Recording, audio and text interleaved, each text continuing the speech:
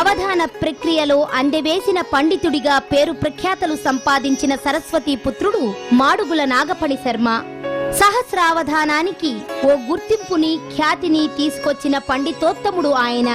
తెలుగు రాష్ట్రాల ప్రజలకే కాకుండా దేశ విదేశాల ప్రజలకు సుపరిచితుడైన నాగపణి శర్మ ఏకంగా అవధానం పీఠం అనే ఓ పీఠాన్నే స్థాపించి దేశ విదేశీయులకు తెలుగువాడి సత్తా చూపించిన మహామేధావి. అతి సామాన్య స్థితి నుంచి అంచెలంచెలుగా ఎదిగి తెలుగువాడు గర్వపడేలా తెలుగు ఖ్యాతిని ఖండ ఖండాంతరాలలో పరివ్యాప్తం చేశారు. అవధాన సహస్రమణి, బృహద్విసహస్రావధాని, శతావధాని సమ్రాట్, శతావధాని చూడామణి, కళా సాహిత్య కల్పద్రుమ లాంటి ఎన్నో బిరుదులు పొంది తన అవధాన ప్రక్రియతో అశేష జనవాహినిని అలరించారు. సరస్వతీ పుత్రుడైన నాగపణి శర్మ అంతరంగ మథనాన్ని ఆవిష్కరించే కార్యక్రమమే నేటి చెప్పాలని ఉంది.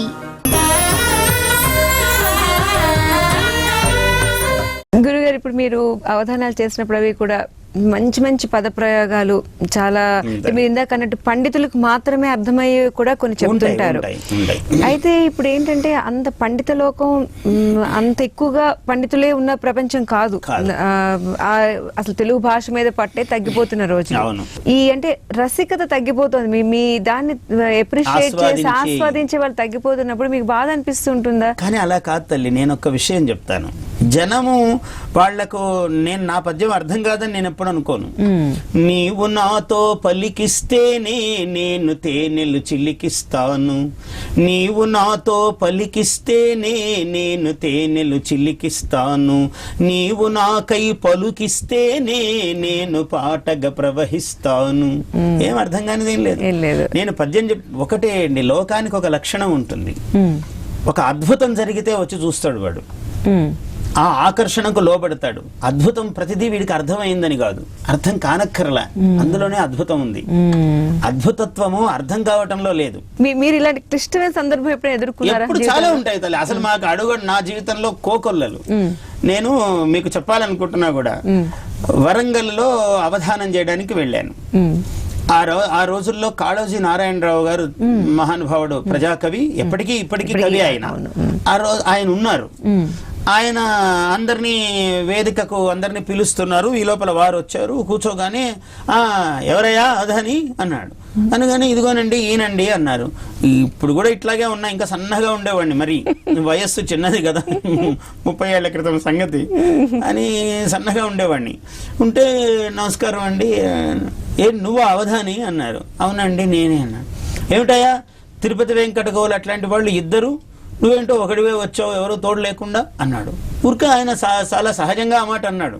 నాకేమో అది పెద్ద రాయి పడ్డది నా మనస్సులో. అయ్యో నేను తప్పు చేశానా, నాకెవరన్నా సహాయం ఉండవలసిందా, సహాయం అయితే ఎవరిని పిలుచుకురావాల్సింది నేను, ఇట్లా ఆలోచనలో పడిపోయి ఇంతలో నా పేరు పిలిచారు. వేదికెక్కా. నేను ఎక్కేపటికి ఈ కళ్ళు బైర్లు గ్రమ్మటము, స్పృహ తప్పి పడిపోవటము, ఇలాంటివన్నీ ఒక్కసారి అనుభూత గమ్యములు.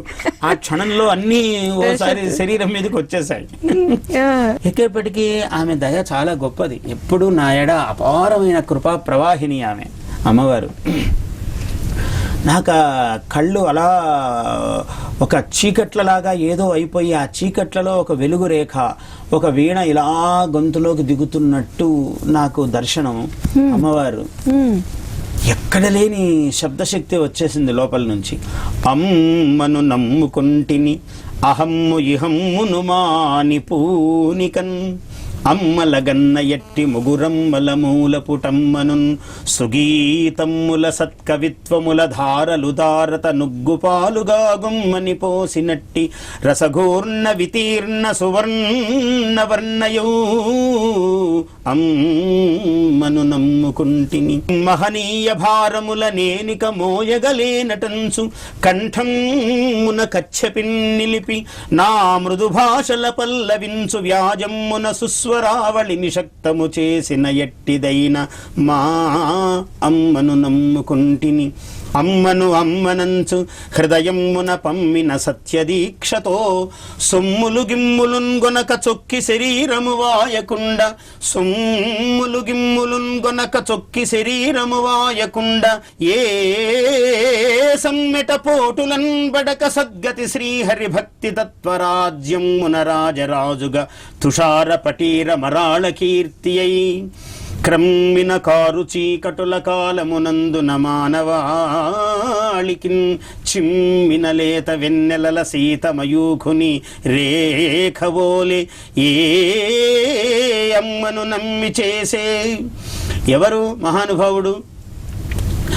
ఆయన కొమ్ముల క్రుమ్ము గిత్తలను కోలను కేలను బట్టి పొలాల సౌరులో దుమ్ములు ధూళి బూసికొని దుక్కిట దున్నుట చే జనించులే చెమ్మట ధారలే కవన చిత్రణమందున సారధారలంచు అమ్ముని ముఖ్య సన్నిభుడు అహంకృతి దూరుడు ఆర్ద్ర చిత్తుడవు బమ్మెరపోత రాజకవి భాగవతంబు జగత్శుభార్థమై క్రమ్మిన కారు చీకటుల కాలమునందున మానవాళికి చిమ్మిన లేత వెన్నెలల సీతమయూఖుని రేఖవోలే ఏ అమ్మను నమ్మి చేసే అనయమ్ము నయమ్ము ప్రియమ్ము మీర ఆ అమ్మను నమ్ముకొంటిని మహాజనులారా గ్రహింపుడి సభన్. నేను తోడు లేకుండా రాలేదయ్యా, చాలా పెద్ద తోడుతో వచ్చా నేను. అసలు ఇంత అంత తోడు కాదు, ఎవరొచ్చినా అంతో ఇంతో తోడు, కానీ ఇది చాలా పెద్ద తోడు, ఇలాంటి తోడుతో వచ్చా నేను అని చాలా ప్రేమగా ఆలింగనం చేసుకున్నారు కాళాజీ వారు. ఇలా అమ్మవారి దయ అలా అది నా సభ పెట్టిన ఉద్దేశం కూడా పోతన శత జయంతి ఉత్సవ నిర్వాహకులు పెట్టారు వరంగల్లో శతావధానం. సో దాన్ని కూడా మీరు కలిపి అందువల్ల నాకు పోతన గుర్తొచ్చాడు ఆ సన్నివేశంలో. 153 పండితులు విశాఖపట్నంలో అంబేద్కర్ ఆడిటోరియంలో చేస్తున్నాను. 4 క్రీడాకారుల పేర్లు ఇచ్చాడు ఆయన. ఏమిటంటే జడేజా, ద్రావిడ్, కాంబ్లీ, కుంబ్లే, ఇవి 4 పదాలు. ఈ 4 పదాలతో సంస్కృతములో హనుమంతుని యొక్క సముద్ర లంఘన ఘట్టాన్ని వర్ణించమని అడిగారు. సంస్కృతంలో చెప్పాలి. ఈ కాంబ్లీ, కుంబ్లే, ద్రావిడ్ ఎట్లా వీళ్ళని సంస్కృతంలో తీసుకురావాలి? ఏమో ఆయన సముద్ర లంఘన ఘట్టము, వీళ్ళందరినీ ఎక్కడ ప్రేక్షకులుగా నిలబెట్టాలి? నేను ఈ 4గురిని తీసుకుపోయి ఆ యుగంలోకి పోవాలి, త్రేతాయుగంలోకి. ఏషా జడేజా వికటా నిహన్యా. జడేజా జడే జాయతే ఇతి జడేజా, జడమునందు పుట్టినది. అంటే శబ్దశక్తి చాలా అపారముగా కావాలి. తద్రావిడేడ్యా జలధి ప్రసిద్ధ, ద్రావిడుల చేత పొగడదగినది ఆమె, ఆ రాక్షసి. అయితే ఆ రాక్షసి చూడగానే ఈమెను సంహరించాలి అనుకున్నాడు ఆ హనుమత్ స్వామి. అయితే కాంబ్లీలు కుంబ్లీలు ఎలా రావాలి? అత్యంత క్లేశమైన పని. అక్కడే అనుగ్రహం, అమ్మ అనుగ్రహం అయితే ఇంకా గొప్పగా ఉంటుంది. తద్వానరోన్ముష్టి విఘాత చూర్ణ, ఆ వానర సింహము యొక్క ముష్టి విఘాతములకు చూర్ణమైపోతూ అది ఒక్కొక్క గుద్దుకు ఒక్కొక్క దెబ్బకు మనం అబ్బా అమ్మా అయ్యో అని అరచినట్లుగా కాంబ్లీతి కుంబ్లేతి రవం చకార, ఒక్కొక్క దెబ్బకు కామ్లీ కామ్లీ కుంబ్లే కుంబ్లే అని వింత వింత ధ్వనులు చేస్తున్నది. సో కొత్త పదాలను సృష్టించారు. అంతే కదా, దాని వ్యాకరణ నియమం లేదు, దాని ఇష్టం. అరుపులో ఇలాగే ఏడవాలి, ఇలా బాధపడాలని రూల్ ఏముంది? దాని ఇష్టం వచ్చినట్టు అరుస్తుంది అది రాక్షసి. పైగా అయితే ఇప్పుడు మేము వాడుకలో దాన్ని ఏదైనా ఎక్కడైనా ఎవరైనా అరుస్తుంటే కాంబ్లే కుంబ్లే అని అరుస్తారు అనుకోవచ్చు. ఏం అభ్యంతరం లేదు. అంటే ఆ సమయంలో అది ఎలా ఏడుస్తుందో, దానికి ఎలా ఏడుపు వస్తే అలా ఏడుస్తుంది తప్ప ఇలా ఏడవాలని నియమం లేదు. అయితే దాన్ని చమత్కారంగా ఆ సమయంలో చెప్పటమే అది ప్రతిభ, అంతే. ఆ శబ్దోపాసన, శబ్ద బ్రహ్మోపాసన నా జన్మ లక్ష్యమే అది. సంస్కృతములో అవధానము జరిపించాలి అనుకున్నాము. సంస్కృతములో ఎవరా అని చూస్తే ఎవరున్నారు? మాడుగుల నాగఫణి శర్మ గారు. అంటే అవధానాలు తగ్గించుకుని కొంచెం ఈ మధ్య ఇదే కారణమంటారా? సంస్కృతంలో కూడా జయ జయ జయ జయ హే అని ఒక నవల రాశా. అది కూడా కొసలోనే ఉంది. చాలా దేశభక్తి వీటికి సంబంధించింది. అది జయ జయ జయ జయ హే అని ఒకటి రాశాను. త్వరలో కావ్యం బయటకు వస్తున్నది.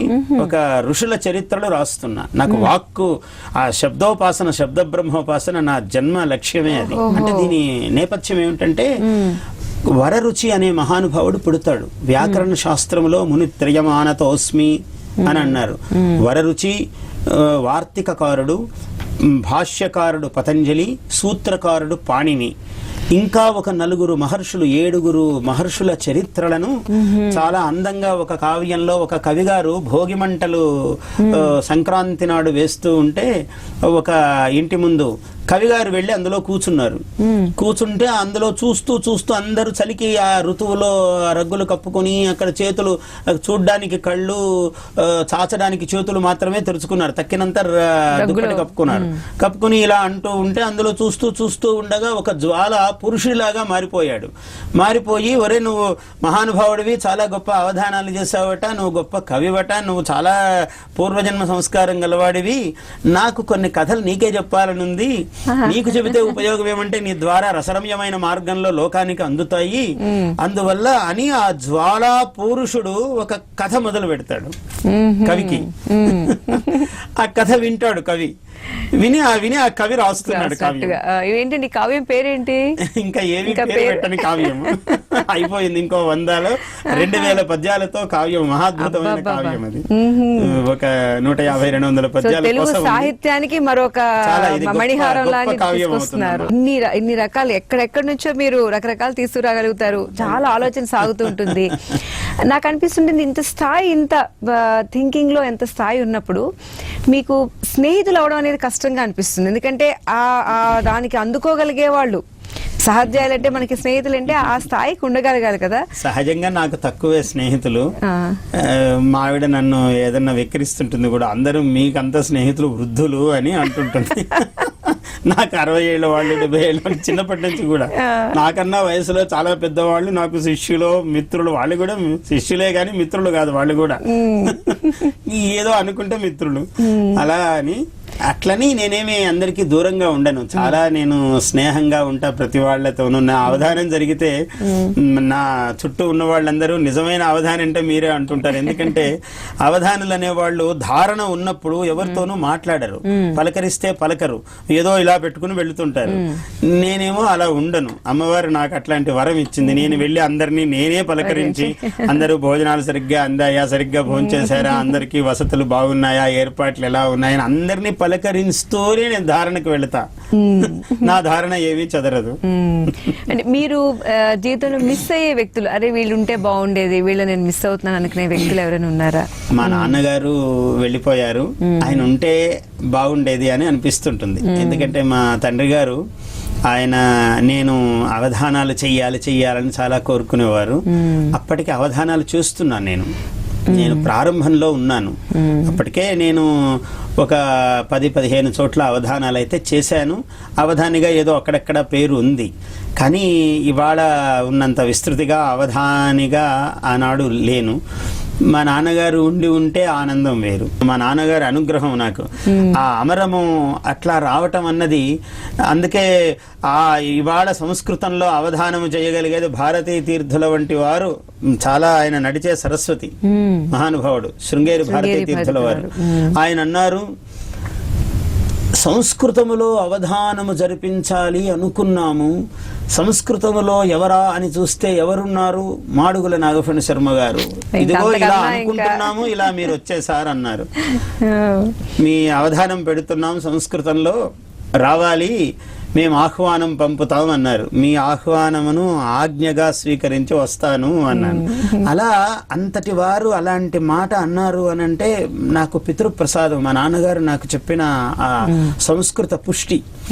ఏ పదమునైనా ఎలా అయినా మలచగలను, ఆశువుగా సంస్కృతంలో చెప్పగలను. ఇది ఆమె దయా విశేషం. చాలా అద్భుతమైన అనుభూతిని ఇచ్చిన సంఘటనలు ఏమైనా ఉన్నాయండి? చాలా ఉన్నాయి తల్లి. ఒకటి, అది శృంగేరి వారు భావుక చక్రవర్తి నాగఫణి శర్మ గారు అన్నప్పుడు అది చాలా గొప్ప అనుభూతి, ఒక శిఖరం ఎక్కినట్లు. నాకు ఇంకొక వరం ఏమంటే, నా అవధానాలలో నేనేమి ప్రయత్నం చేసింది కాదు, కానీ నాకు అకృత ప్రయత్నముగా సిద్ధించిన వరాలు ఏమిటంటే, ఏ రాష్ట్రపతులైనా, ఏ ప్రధానమంత్రులైనా, ఏ ముఖ్యమంత్రులైనా, ఏ గవర్నర్లైనా సహజముగా నా అవధానాల్లో పృచ్ఛకులు. నేనేమి పెద్దగా ప్రయత్నాలు చేసింది లేదు. నా బాగా చిన్న వయస్సులోనే డాక్టర్ శంకర్ దయాళ్ శర్మ గారితో 6 పర్యాయాలు సత్కారం పొందాను. ఆనాడు దానికి సహకరించిన ఆ మహాత్ములు చాలా మంది. మరి నాకు అది కావాలని తెలియదు అసలు, కానీ అలా ఏర్పడినది. అలా అట్లాగే పివి నరసింహారావు, వి రాజేశ్వరరావు గారని సింగాపురం దొర అంటారు ఆయన్ని. ఆయన ఎంపీగా ఉండేవారు. ఆయన నరసింహారావు గారికి బంధువు. ఆయన హైదరాబాద్లో కార్యక్రమం ఏర్పాటు చేసి ప్రధానమంత్రిని తీసుకొచ్చి మరి 3.5 గంటల పాటు నా పక్కన కూర్చున్నాడు ప్రధానమంత్రి. అది నేను ఇప్పుడు కూడా వెళ్ళలేక వెళుతున్నాను, వరద బాధితులు తుఫాను బాధితుల్లాగా సమయాభావ బాధితుడిని నేను అన్నాడు. ఆయన గొప్ప విద్వాంసుడు కదా, చమత్కరించాడు అని. ఆయన ఒక ప్రశ్న వెయ్యమంటే ఏ ప్రశ్న వెయ్యాలో తెల్లవారితే జవహర్లాల్ నెహ్రూ గారు అన్నట్టుగా ప్రతి మనిషి ఒక ప్రశ్నగా కనపడతాడు నాకు. అన్ని ప్రశ్నలే, ఇందులో నుంచి ఏ ప్రశ్నను ఒకదాన్ని వేరు చేసి తక్కిన ప్రశ్నలకు అన్యాయం చెయ్యగలను నేను. అందువల్ల గడ్డివామిలో సూది పడితే తీయటం ఎంత కష్టమో, ప్రశ్నల సమూహంలో నుంచి ఒక ప్రశ్నను తీయటం అంత కష్టము నాకు. అందువల్ల అవధాని గారికి ఈ క్షణములో ఏది పెద్ద ప్రశ్నగా భావిస్తుందో దాన్నే వారు ప్రశ్నగా భావించి అని ఆయన ఇంత చెప్పాడు ఉపాఖ్యానం.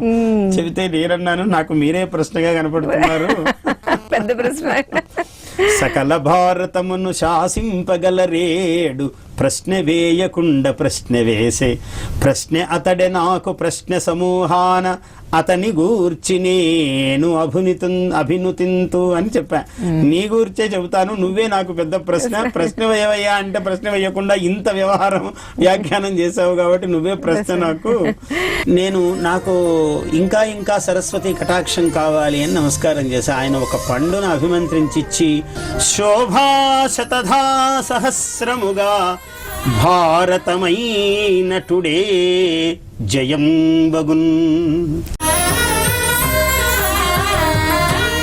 భగవంతుణ్ణి ప్రశ్నించాల్సిన సందర్భం వచ్చిందా? ఎందుకు ఇలా చేసావమ్మా, ఎందుకంటే దురదృష్టకరమైన సంఘటనలు ఎదురవుతుంటాయి జీవితంలో.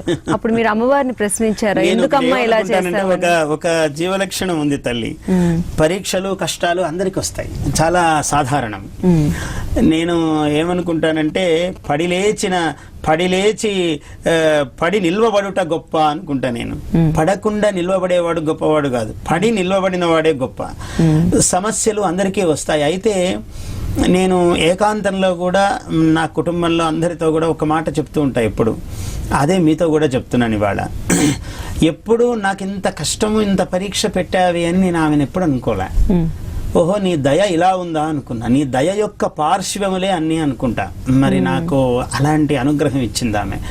అది కష్టమైనా సుఖమైనా ఓహో నీ దయ ఇలా ఉందా తల్లి, ఇట్లాంటి దయ ఇచ్చావా అనుకుంటా. అంటే దయ ఇట్లాంటిది అంటే అది సుఖానికి ఇట్లాంటిది, కష్టానికి అట్లాంటిది.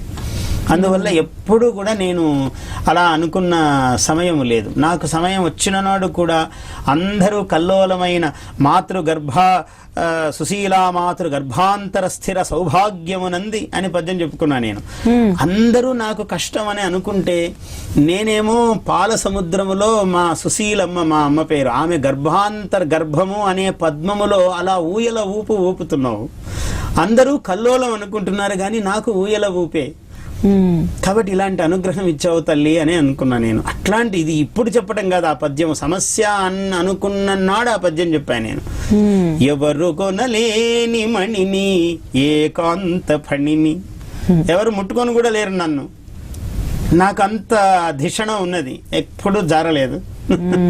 అదే ఆమె ధైర్యం అన్నది, ఆమె దయ.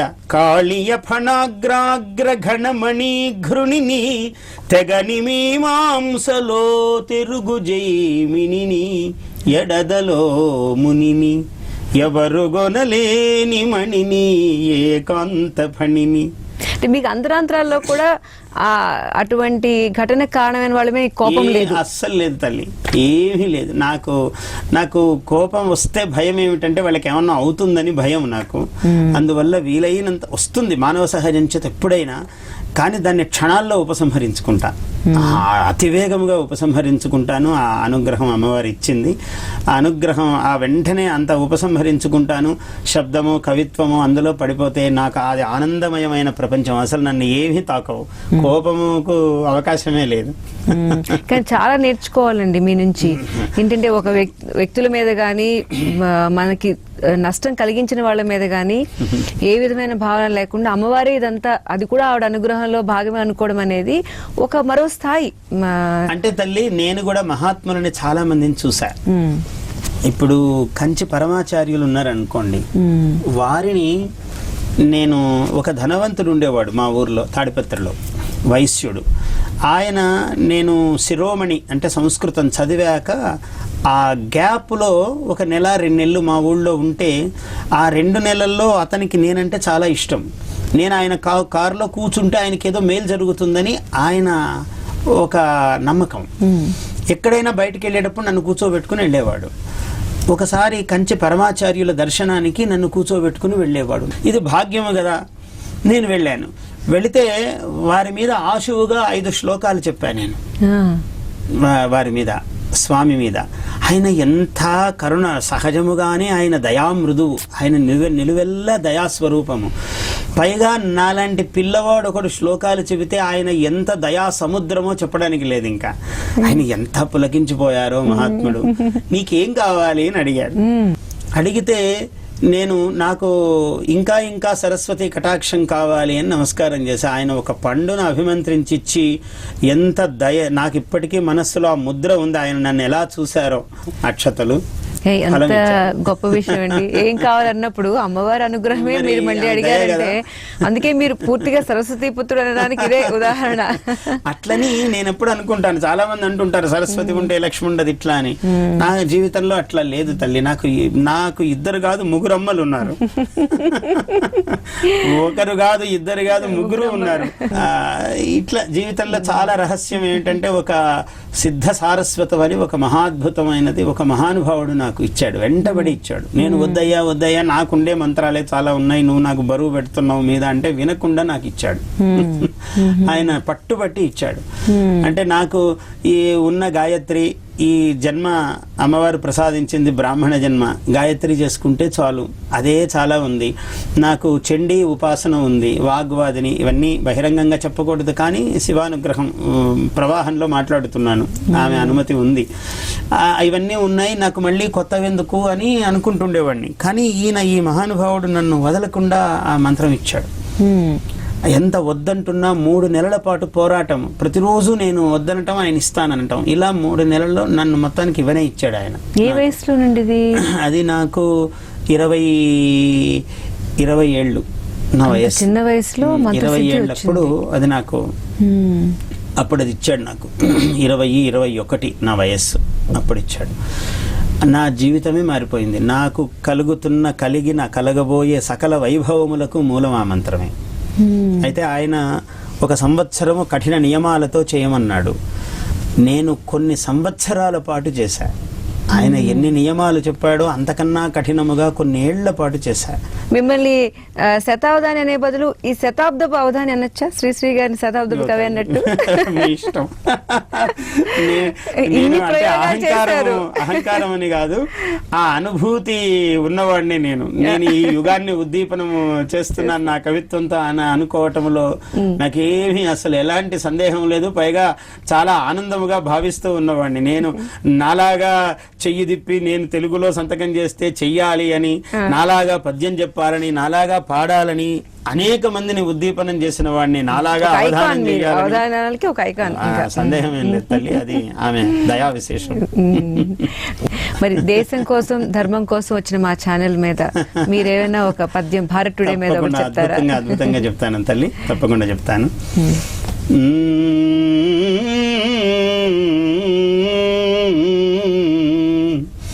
దేశము కోసమై సతత దీపిత ధర్మము కోసమై మహోద్దేశము పల్లవింపగ అద్భుత మార్గము రామలక్ష్మి శోభా